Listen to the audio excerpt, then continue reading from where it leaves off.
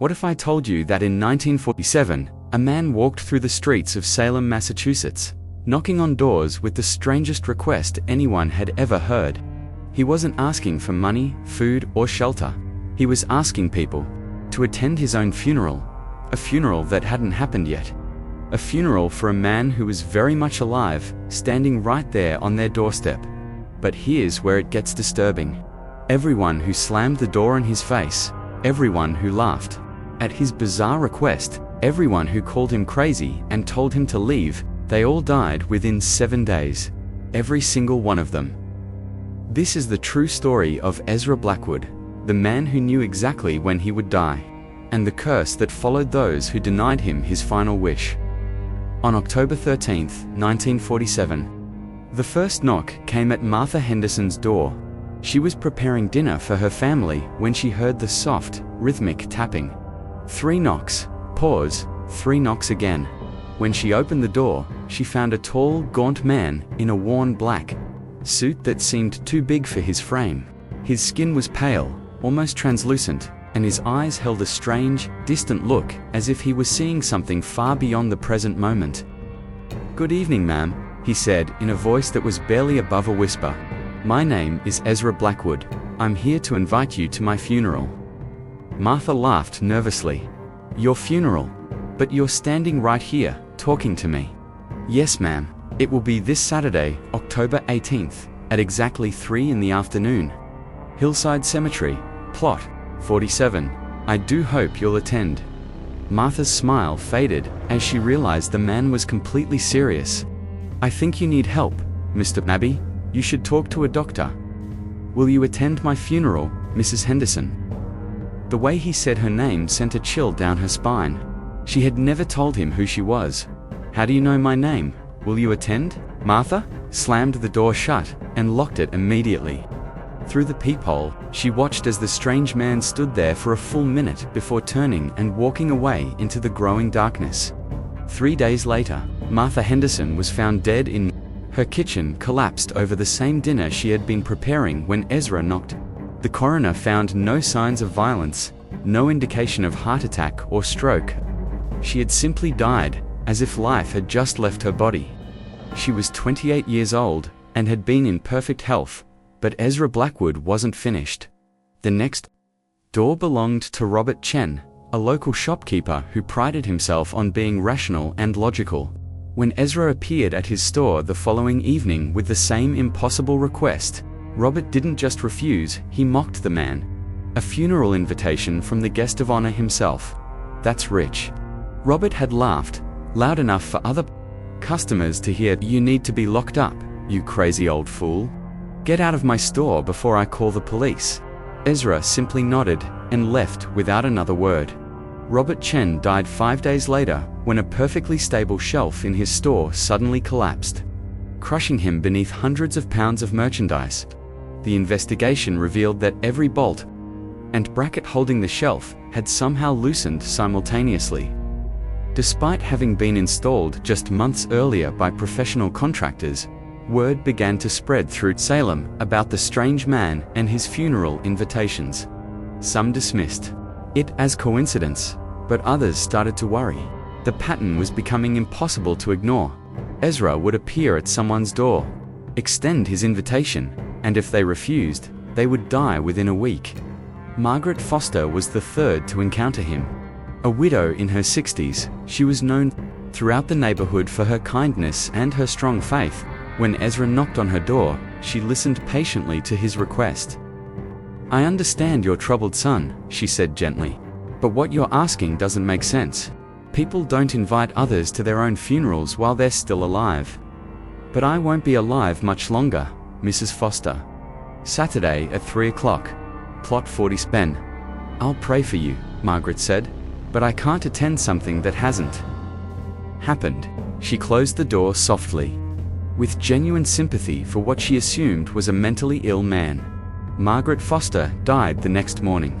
She was found in her garden, kneeling among her roses as if in prayer, but she had been dead for hours. Like the others, there was no apparent cause. Her heart had simply stopped beating. By now, the entire town was talking about Ezra Blackwood. and his death curse, some people had started leaving town temporarily, afraid they might be next. Others armed themselves, determined to confront the strange man if he appeared at their door. But then something unexpected happened. On Friday evening, the night before his predicted death, Ezra knocked on the door of Samuel Wright, a young father of two. Samuel had heard all the stories, knew about the deaths that had followed Ezra's visits. When he opened the door and saw the pale, gaunt figure standing there, his blood ran cold. "I know who you are," Samuel said, his voice trembling. "I know what happens to people who refuse you." "Then you also know why I'm here," Ezra replied. "Will you attend my funeral tomorrow?" Samuel looked back at his wife and children, safe inside their warm home. He thought about Martha Henderson, Robert Chen, Margaret Foster, and the others. He thought about the choice he was facing: refuse and die, or accept an invitation to something that seemed impossible. "Yes," Samuel whispered. "Yes, I'll attend your funeral." For the first time since this nightmare had begun, Ezra Blackwood smiled. "Thank you, Mr. Wright. 3 o'clock, don't be late." Saturday arrived grey and cold. Samuel Wright found himself walking through the gates of Hillside Cemetery, unsure of what he would find. Plot 47 was in the oldest section, where weathered headstones leaned at odd angles and moss grew thick on forgotten names. He wasn't alone. Standing around the empty grave were dozens of people. Men, women, children, all looking as confused and frightened as Samuel felt. As he approached, he realized he recognized some of them. These were people who had reportedly left town. People who had supposedly been too scared to face Ezra Blackwood. "He came to all of us," said an elderly man standing near the headstone. "We all said yes, but where is he?" asked a young woman, clutching her purse nervously. The answer came at exactly 3 o'clock. From behind a large granite monument, a funeral procession emerged. But there were no pallbearers, no hearse, no minister. There was only a simple wooden coffin, floating 3 feet above the ground, moving slowly toward the open grave. The mourners stumbled backward in terror, but found they couldn't leave. Their feet were rooted to the spot, as if the earth itself was holding them there. The floating coffin settled gently into the grave, and only then did Ezra Blackwood appear. He stood at the head of the grave, looking down at his own casket with satisfaction. "Thank you all for coming," he said, his voice somehow reaching every person despite the distance between them. "You have no idea how important this is to me." "What are you?" Samuel managed to ask. Ezra looked up at him with those strange, distant eyes. "I am a man who died 40 years ago in this very cemetery. I was murdered here, beaten to death by a mob who believed I had committed crimes I did not commit. They buried me in an unmarked grave and forbade anyone from mourning my death." The assembled crowd listened in horrified silence as Ezra continued. "I have wandered for 4 decades, unable to rest because I never received a proper funeral. No one mourned for me. No one said goodbye. So I decided to remedy that situation myself. But the people who refused you," Samuel said, "why did they have to die?" Ezra's expression hardened.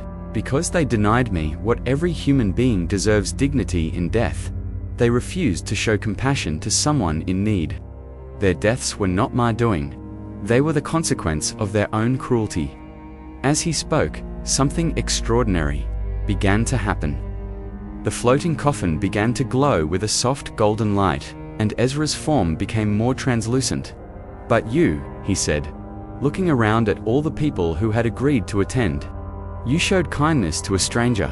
You faced your fear and chose compassion. For that, you will be blessed." One by one, the mourners began to speak.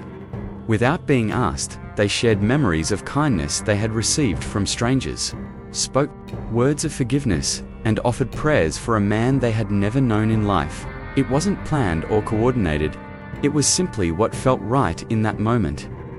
As the impromptu eulogies continued, Ezra Blackwood began to fade, but his expression was peaceful now, satisfied in a way it had never been during his 40 years of wandering. "Thank you," he whispered, as he disappeared entirely.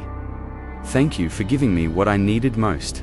The golden light around the coffin flared once, brilliantly, and then faded. When it was gone, the coffin had vanished too, and in its place was a beautiful headstone that read simply, Ezra Blackwood, 1907 to 1947. Finally at rest, the mourners found they could move again. As they walked away from the cemetery that evening, each of them noticed something remarkable. Problems that had been plaguing them for months suddenly resolved themselves. Illnesses healed overnight. Financial troubles disappeared. Broken relationships mended. Samuel Wright's young daughter, who had been born deaf, woke up the next morning, able to hear perfectly. Others found lost inheritance money, received job offers they had never applied for, or discovered that life-threatening diagnoses had somehow been mistaken. The blessing Ezra had promised proved to be real and lasting.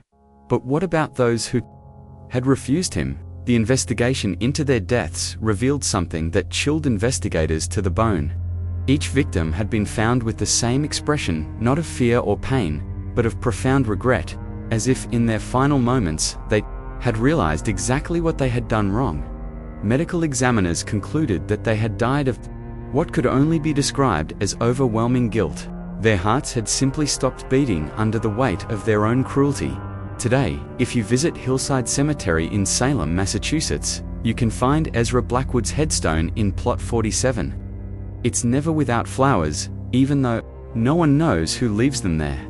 Local groundskeepers report that the flowers never wilt, never die, no matter what the weather. Some say that on quiet Saturday afternoons, if you listen carefully near Plot 47, you can still hear the faint sound of voices speaking kindly about a man they never knew, offering him the dignity in death that he had been denied in life. The story of Ezra Blackwood teaches us something important about the power of compassion. Even when it's inconvenient, even when it's frightening, even when it doesn't make sense. Sometimes, the strangest requests come from the deepest human needs. And sometimes, showing kindness to a stranger can literally be a matter of life and death. The next time someone knocks on your door with an unusual request, remember Ezra Blackwood. Remember that everyone deserves dignity, especially in their darkest hour. Because you never know when that stranger at your door might be asking for something far more important than you realize. And you never know what the consequences of your answer might be.